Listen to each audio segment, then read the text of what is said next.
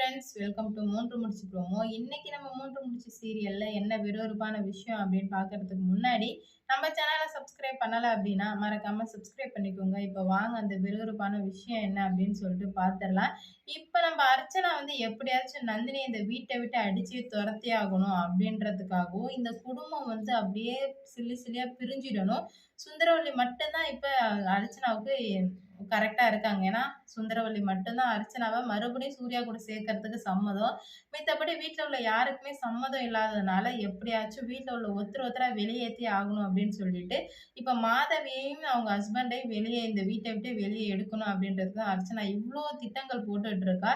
அதுல வந்துட்டு அவங்க கையும் களவும் மாட்டவும் போறாங்க. ஏன் அப்படின்னு பார்த்தீங்கன்னா, ஒரு பார்சல் வருது. நந்தினி போய் வாங்கிட்டு வராங்க. அந்த பார்சல பிடிச்சா ரொம்பவே நன்றி சூர்யா. உன்னோட குடும்பத்துக்கு தான் ரொம்பவே நன்றி சொல்லணும் அப்படின்னு சொல்லிட்டு இருக்கு. அதுக்கப்புறம் கட்டு கட்டா பணமும் இருக்கு. இத பார்த்ததுமே சூர்யாவ கன்ஃபார்மே பண்ணிடுறாரு.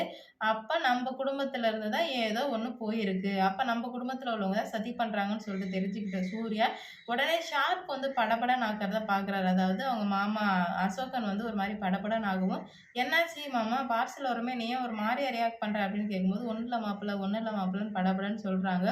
"உண்மைய சொல்லு மாமா, இதுக்கும் உனக்கும் சம்மந்தம் இருக்கா?" அப்படின்னு சொல்லும்போது, அவர் வந்துட்டு படபடப்புல ஒளர ஆரம்பிக்கவுமே, அதிலயே நம்ம சூர்யா வந்து கையும் களவுமா பிடிச்சிடுறாங்க. இதனால மாதவியையும், அவங்க ஹஸ்பண்டையும் இந்த வீட்ட விட்டே வெளியேத்துறாங்க. அடுத்து என்ன நடக்க போகுதுன்னு பார்க்கலாம். இந்த வீடியோ பிடிச்சிருந்தா லைக் பண்ணுங்க, ஷேர் பண்ணுங்க, கமெண்ட் பண்ணிக்கோங்க.